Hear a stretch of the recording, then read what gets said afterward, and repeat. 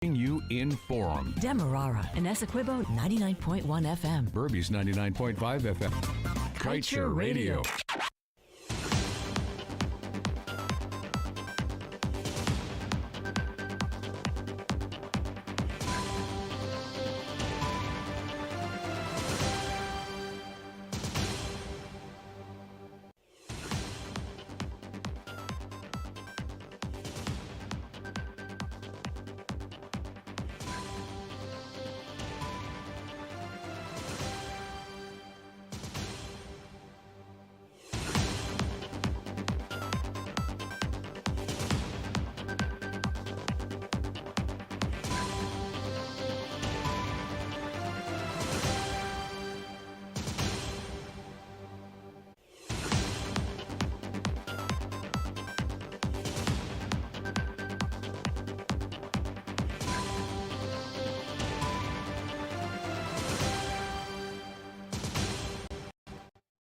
Good day. Welcome to your news at noon on Kaieteur Radio. I'm Kevin Smith. American oil giant ExxonMobil Corporation and Dutch shipbuilder SBM Offshore have signed a memorandum of understanding for another floating production, storage and offloading to serve a future project in Guyana.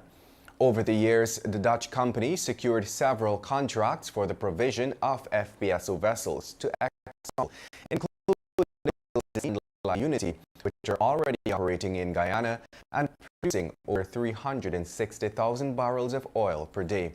SBM was also contracted to construct the Prosperity FPSO set to arrive next year to work in the Payara field, as well as one Guyana FPSO.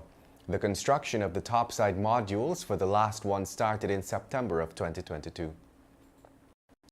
Meanwhile, the Guyana Revenue Authority at the end of the fiscal year 2021 granted a total of $266.7 billion in tax waivers, with a whopping $203.8 billion alone to the oil and gas sector, or 78.3% of all tax exemptions granted for the year.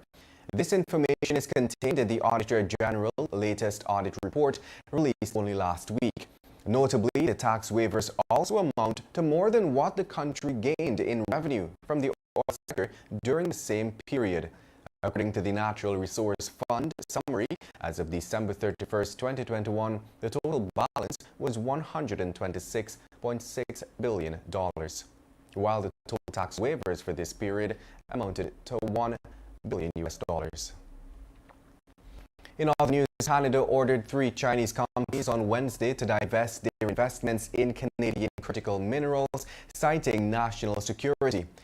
China, in response, accused Ottawa of using national security as a pretext and said the divestment order broke international commerce and market rules. As countries compete to shore up reserves of materials needed for a transition to cleaner economy, the news pushed down the Chinese companies' shares on Thursday, although they said in stock exchange filings they did not expect a major impact on their performance. The 3 ordered to divest their investments are Sinomine, Hong Kong, Rare Metals Resources Company Limited, Chinese Lithium International Limited, also based in Hong Kong, and Zhang Mining Investment Company Limited. And in other news, the Auditor General Deodat Sharma, in his 2021 report, highlighted that the APNU-AFC government had taken a $4 million loan from the Indian Exim Bank and purchased a number of drainage pumps that are incapable of doing the job Guyana requires. The previous coalition administration had acquired the $4 million loan for the pumps in 2017. Media reports back then had detailed that the deal with the Indian bank for the cash was signed in Washington, D.C., USA by former Finance Minister Winston Jordan. The purpose for the cash, according to the AG's report, was to procure and install high-capacity fixed and mobile drainage pumps along with their associated structures. And then moving on, police on the east bank of Demerara yesterday arrested a suspected car thief, Christopher Prasad, who was accused of stealing a motor car from a body workshop in Grove on the east bank of Demerara. Prasad was found next to the stolen car with the keys in his pocket. Police believe that Elon, a security guard attached to the body workshop, might be involved as well. According to a police report, sometime between 18 hours on Tuesday, November 8th, and 8 hours on November 9th, a gray Toyota Premio belonging to Anissa Youssef was stolen from a body workshop located at Grove, East Bank, Demerara. And moving on, Chandrapal Hemraj, a 60-year-old cattle farmer from number 64 Village, Region 6, was beaten severely by intruders on his ranch during the early morning hours on Monday. Hemraj said that after noticing 3 men entering his property on a horseback, he confronted them only to receive a brutal beating. Due to the high prevalence of cattle theft occurring within the Upper Quarantine area, Hemraj said that he would usually stand guard on his property in the evenings in an effort to safeguard his cattle. He said it was while sitting in a tree that he observed the men arriving on horseback at about midnight. After climbing out of the tree, he said he approached men to inquire about their reason for being on his property. It was then that one of the men ran and scrambled him, he said, while the others attempted to hold him down, as they dealt him several blows about his body. Hemraj said that he was able to recognize 2 of the men on his property that night. He also said he had left behind some items, which included a cell phone. He later visited the number 62 Village police station, where he filed a report and provided the names of the men he recognized. None of his cattle was stolen. You're listening to Kaieteur Radio, 99.5, 99.1 FM. This is your news at noon. We'll return shortly after the break.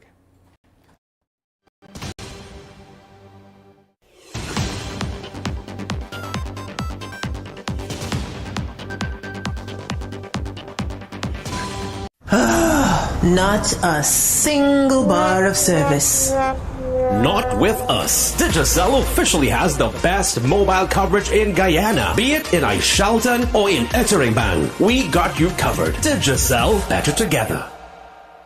You don't have to be a fountain of knowledge to help children with their schoolwork while they're at home.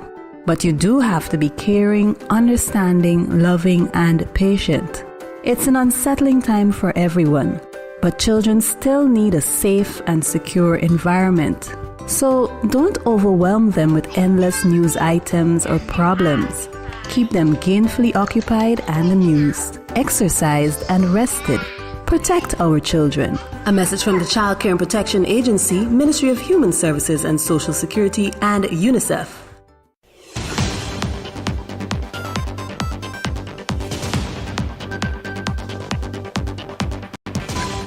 Welcome back. Coming from oil price, a swath of high-quality oil discoveries by an ExxonMobil-led consortium in offshore Guyana, which has identified at least 11 billion barrels of recoverable oil resources, has catapulted the impoverished South American country firmly onto the global oil map.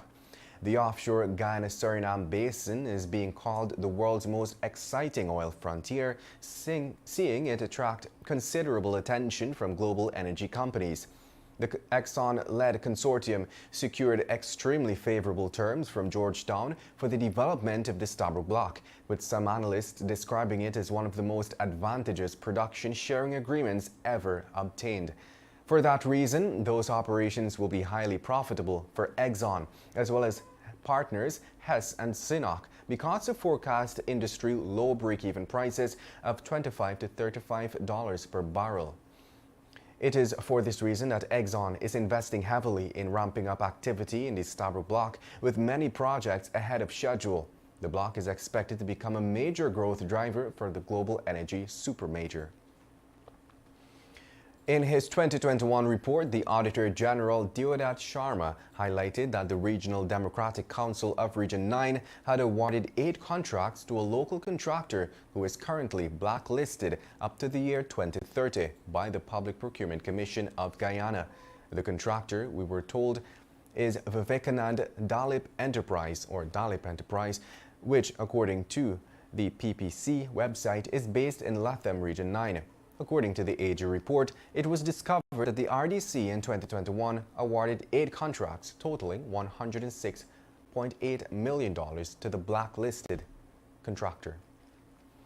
And persons found with up to 30 grams of marijuana will no longer face jail time, but will be required to undergo counseling or engage in community service due to the passage of the government's Narcotic, Drugs and Psychotropic Substances Bill.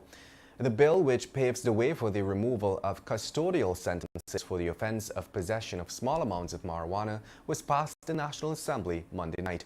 According to the explanatory note attached to the bill, persons nabbed with less than 15 grams of marijuana but no more than 30 grams of the drug will be required to provide community service.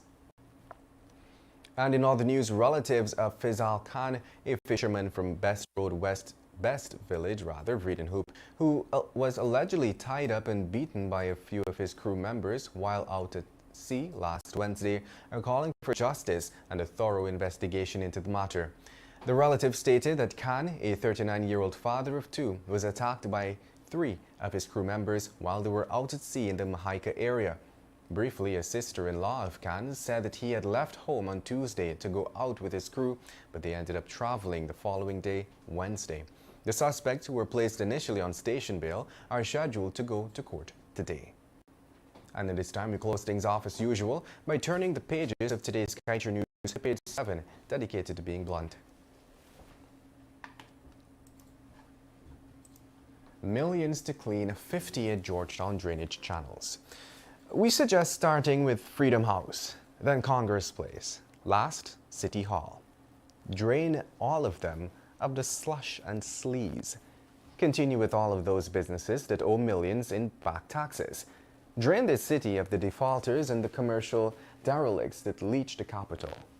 Clean this garden city of the political and company scum that blighted. And that brings us to the end of today's News at Noon. I'm Kevin Smith. Thank you for listening.